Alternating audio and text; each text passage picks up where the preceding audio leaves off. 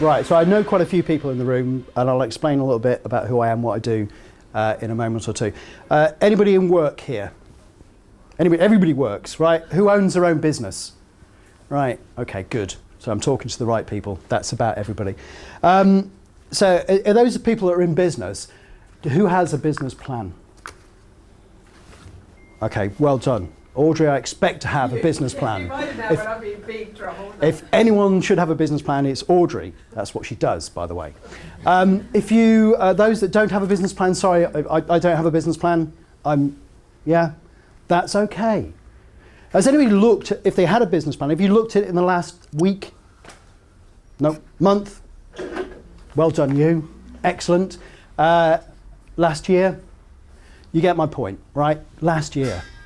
Once we write a plan, it almost becomes shelfware, unless you're Audrey, of course. And I think it was probably Churchill, might have been Eisenhower, maybe even Stormy Norman that said, if you've got a plan, that's absolutely fantastic. They're brilliant until somebody starts shooting at you, because it evaporates. Everything that you plan just suddenly disappears. I think actually probably it's the second person that starts shooting, because if you can't predict that someone's shooting at you, then the plan was no good in the first place. But it is like that in business. So a little bit about my background. I started with the BBC many years ago, and I worked in BBC Radio for about 5 years. I decided that I wouldn't be rich or famous, so I left and got a proper job. And the proper job included working for defence. I worked in defence industry for about 16, 17 years or so, to some very big defence contractors. And they thought, this guy has worked for the BBC, he must be able to stand up and talk about stuff, and I can. So I got rolled out and presented PowerPoints. We have no PowerPoints today, so I feel a little bit lost. But that's what I did for about 16, 17 years or so. Worked in strategy and technology and what they call capability.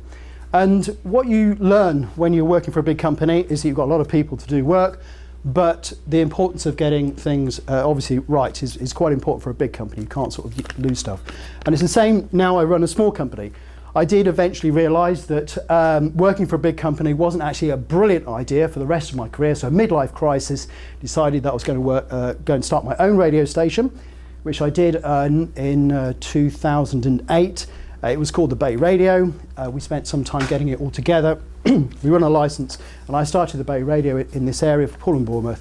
And a couple of years later, someone decided that they liked my radio station enough to pay me some money to buy it, and then they renamed it immediately. They did ask before, and now it's called Hot Radio, and that was over at the football ground for a few years, and it's just moved back over to Poole. Strangely, in exactly the same building that we planned to be in when we were at the Bay Radio. So that was my that's almost where I am right now. Having sold my business, I thought, gosh, I could sit around. So I went to Nice and spent a couple of weeks there. That was really good. And I thought I'd do a world tour. Didn't get around to doing that because, quite frankly, I'd been bored.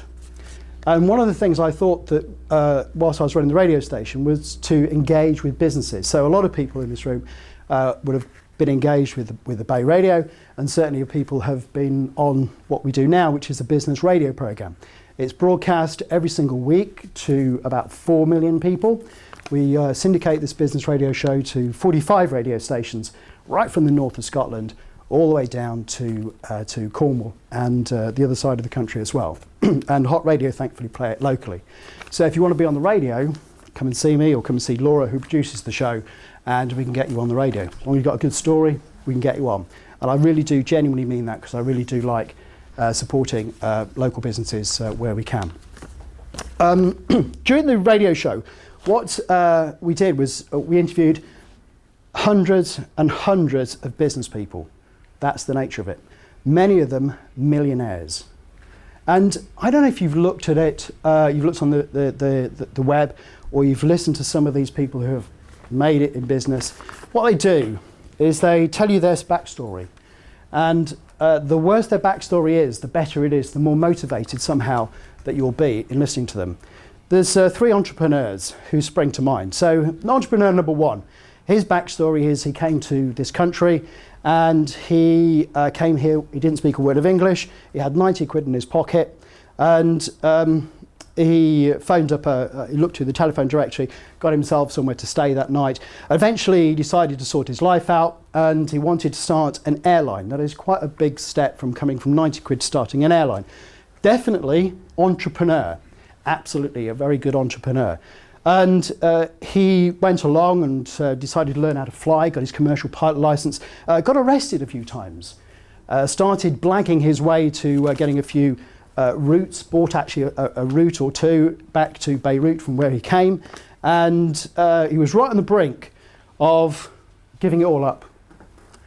And he's at an exhibition in London, and he meets an angel investor who says, absolutely, I think this is a great idea, I will invest in your business. A few years later, he's on TV, done the whole thing, he sells his business, £30 million. So he's gone from 90 quid, not speaking a word of English, to starting an airline, £30 million in his pocket. Not bad. What he doesn't, of course he got arrested, which isn't so good. Of course his relationship broke down, not so good. A very tortuous story. Entrepreneur number 2. She is local, she's on TV quite a lot.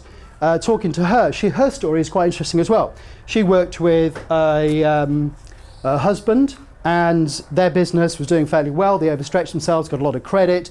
The credit crunch came a few years ago and lost the business, lost her husband. She's at a petrol station and she's trying to fill up her car, and she has realised right there, right then, that she can't afford the petrol. So from that point onwards, kids screaming in the back, where is she going to go? She realises she's got to do something, and eventually she changes her life around, and she now is a multi-millionaire, and she's been on the Channel 4 programme, which is called, thank you very much, The Secret Millionaire. So a very successful story, but the pain she had to go through. Entrepreneur number 3, interviewed him a few times. Many people in this room will know entrepreneur number 3 if they go business networking. That's all I'm going to say. Entrepreneur number 3 worked for a company, decided that he was going to jack his job in because he didn't think he was getting paid enough. And lo and behold, he goes through this route of working for himself and trying to make his ends meet. And he too realises it's much more difficult than you'd expect being an entrepreneur. Strangely, at a petrol station, trying to fill his car up, it must be something about petrol stations. Realises he can't pay for the petrol, decides to do something about his life, starts a business network. He has a nervous breakdown, by the way, in between all of this, and now his business network is reasonably successful. He is now a motivational speaker. How many entrepreneurs need to go through that pain? Everyone, it seems.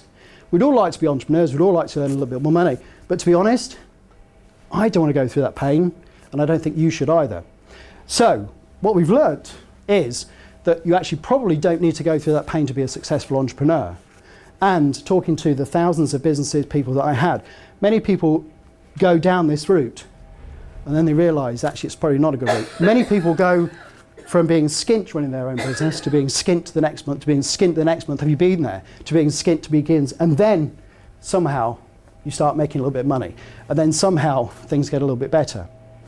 What I was looking for was actually a process that would make this much easier so that I didn't have to go through this pain, and I thought to myself, somebody must have worked this out before. Turns out they have. So what I'm going to tell you is how to do it, so you don't have to go through this pain.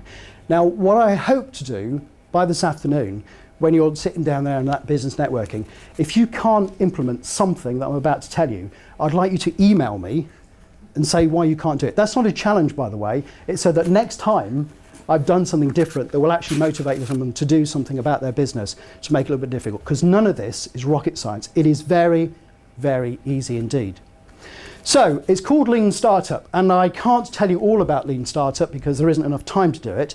Lean Startup is being taught right now at the Harvard Business School, London School of Economics, and a few consultants around the world. And we latched onto it. It's a very, very good way to help entrepreneurs. What I'm going to talk to you about is just 3 aspects of Lean Startup. We're going to talk about the customers, we're going to talk about your business model rather than the plan, and we're also going to talk about your product or service. So we'll do that. So what I need now is to demonstrate. There's no PowerPoint. I said I needed a PowerPoint. So this is my PowerPoint here. I need some people. Steph, could I borrow you? Vanda, you're fantastic. You're just sitting there fantastic. I'd like to borrow you as well. I need someone who is taller than Steph? That'll be you. Thank you very much indeed. And so I'll be the short guy in the end, like this. And who's got a who has BlackBerries? Anyone use a BlackBerry here? Yeah, it's in the car. Okay, you can be my BlackBerry user. You could stand here. Okay. Sorry about this. It'll all come apparent in it. So customers, turns out in Lean Startup that this is your customer. This is how your customer profile. So if I go down here, it goes up, it goes up, it goes up, and it goes down. So your customers are like this. I should sit down, should I? Or are you going to sit down? Make it easy for you. Thanks, Vanda. So the customers goes like this. These people here are the innovators. These are the first group, the innovators. These are the early adopters. You see there's a few more early adopters. Right here, this is the early majority. This is the late majority. Sorry about this. That's okay. These are the laggards. Now, I don't know, you might recognise this to some extent in your own business, but you might also those people that own an iPhone. Who owns an iPhone? Thought so. Hopefully, it's the only time I'm not a fan of Apple at all. Someone's ringing me up. Do they know that? But I'm going to use them as an example because we sort of all recognise that actually right now these guys have got it right. So the early adopters with Apple, who recognise an early adopter? Any idea who an early adopter for an Apple product might be? Where are they right now? I'll tell you where they are. They're sat outside a flipping Apple shop waiting for the iPhone 6. These are the innovators, pardon me. These are the guys who are just the fanboys. They will do anything to get the latest Apple product. They're okay. We would want some of those in our business, but you know, they're the people right at the vanguard. The early adopters, okay? Now these are the people that have they're much more sensible, much more sensible. These are the people that actually wait to the iPhone to be released before they go and buy one on the same day. Right, so these guys are waiting. Steph's here as the early majority. Now these people are slightly more sensible in my view again because they'll wait for their contract to end before they go and change to an iPhone 6 and pay Apple another 500 quid over the 18 months or so. The late majority, now you're, to be honest, even more sensible. You are probably like me in my age at the moment, is you wait for all these people to iron out all of the problems and then you go, well, actually, it's an okay product. I think it will do. It probably does more than I need it to do. But these guys here, that's what they're like. These guys over here will never own it. These are the laggards. They own a BlackBerry. That's why you're there. My work. Okay. So if you can relate this very quickly before I let you go, to your business, if you're starting up a business, don't concentrate necessarily on the early the innovators. They'll help a little bit, but they're not going to help you massively. Clearly, the laggards are never going to be interested in your business, never going to be interested in your product. Don't bother. The late majority, way too sensible to get involved in a startup business or a new project that you might be running. The early majority, that's where we want to try and get to with our business because it's quite a lot of people that we can access. But when you're starting a business, almost no chance of accessing them. I don't know if you've been in it and you phone somebody up and you go, yeah, hello, my name's Alan, and I've got something fantastic. I think it's a great opportunity for you. Can I come and see you? Well, yeah, maybe. How long have you been in business? Who else is buying your product? You've been there? And they go, okay, I'm not going to get past that door. So the early majority aren't going to help. These are the people right here, represented by Vanda as the early majority, as the early adopters, pardon me. The early adopters, they're the people that are going to be your first port of call in your business. Thank you so much. Round of applause.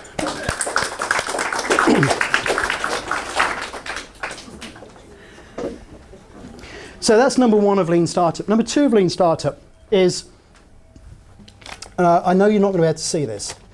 So I've got some of these printed out. What this is a canvas.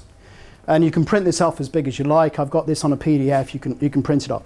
Essentially it's a set of boxes, and a very clever guy called Alexander Osterwalder came up with something like this. And he investigated thousands of businesses, and he worked out that a lot of these businesses operate in a very, very similar way.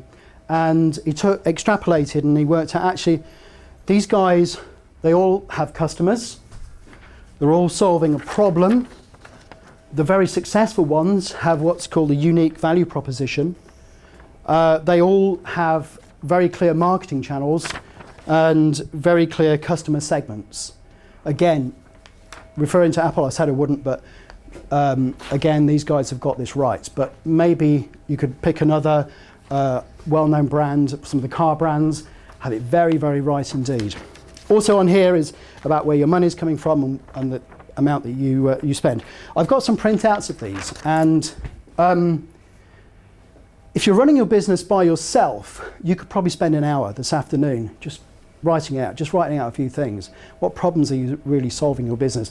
And then you can work out from that very, very simple A4 sheet of paper exactly what your business really, really does.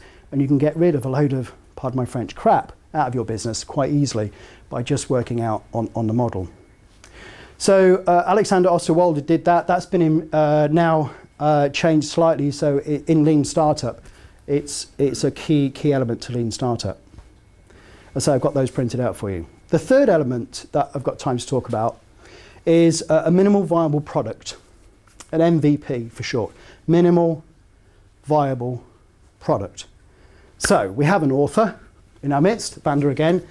Mind She is a fantastic book, by the way. If you've not read Vanda's book, this is not a plug necessarily. You can make your own mind up, but I found it very, very useful indeed.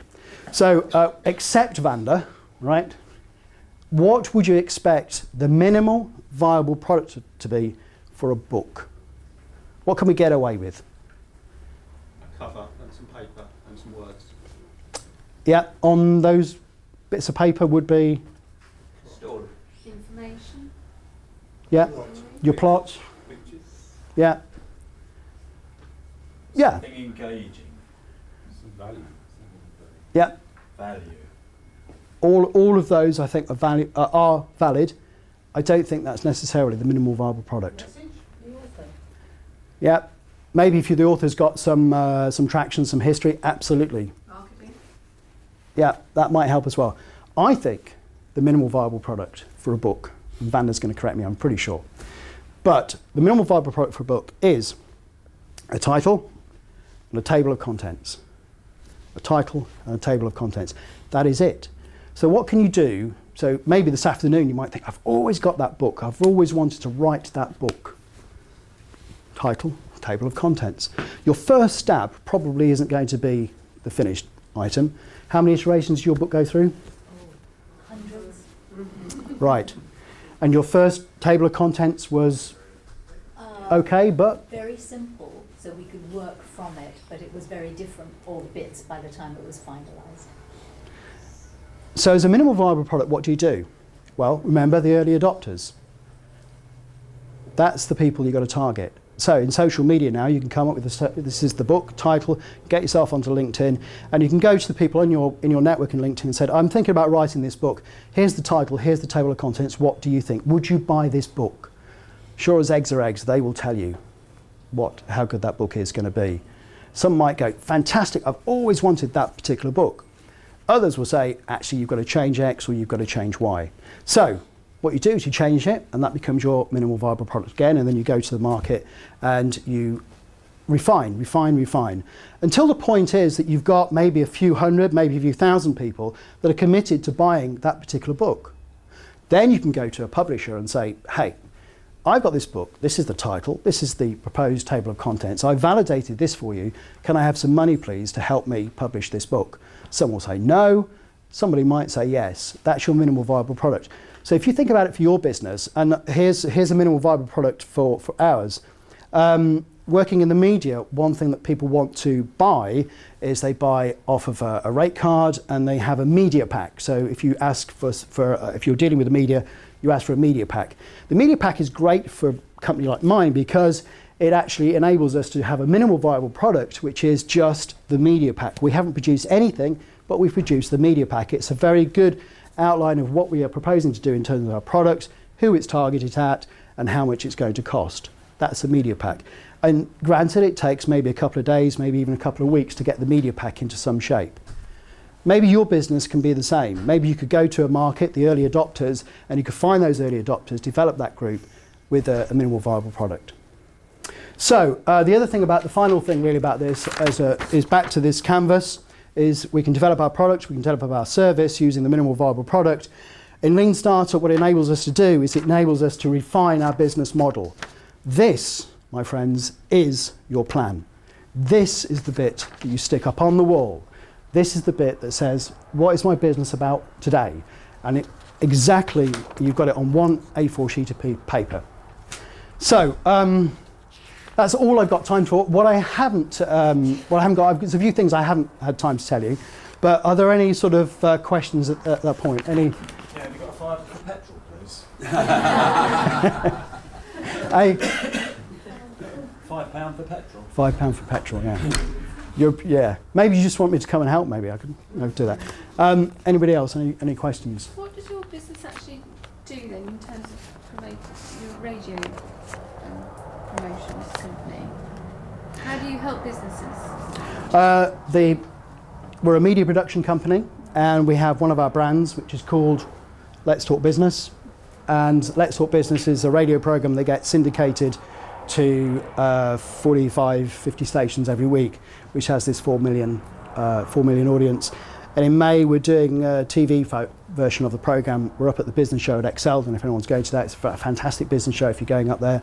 We're recording there, and our transmission dates for that on Sky are the week after, a couple of times on there. So we produce programs for broadcast, but we also help businesses with our Let's Talk Business program. And we also help businesses as well if they've got some web content that they need helping with, some marketing or that sort of thing. Okay, any more questions? Good, almost lunch.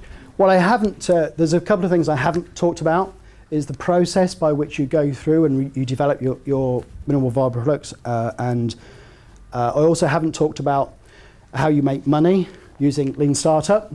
And the funnels and how to refine those funnels. And I haven't talked about how you measure this. There's a great thing that was done by a guy called Dave McClure, which is called the R metrics. And the abbreviation, he calls them the pirate metrics actually, because you go R as you do it. So you can look those up on Google. I mean, if you want to know a little bit more about Lean Startup, there's a few books out there that I can refer you to. If you want some help, we're using it in our business. If you want some help with your business, I'm really happy to have a cup of coffee with you and let you know what we do and see if we can help you with your business and doing that. And I think Steph is going to give me everybody's email address, and I will email you a short 6-page document that not only tells you everything that I've talked about over the last 12 minutes, 15 just about, but it will also give you some of the other bits that I haven't had time to talk about. So that will come via email to you. But please, my challenge to you is there's something in here that you can definitely change your business, that you do not have to go down this route of being almost destitute kids and having the fiver for the petrol. You don't need to do that. That is not necessary. And all these entrepreneurs that give you their sob story, you want to talk to them a little bit closer and say, actually, did you really need to do that? Where was your mistakes? And bet your bottom dollar, they'll say, yeah, I made a few mistakes. We all do. But anyway, there you go. That's Lean Startup. My name's Alan Coote. I'm here all day. Thank you very much.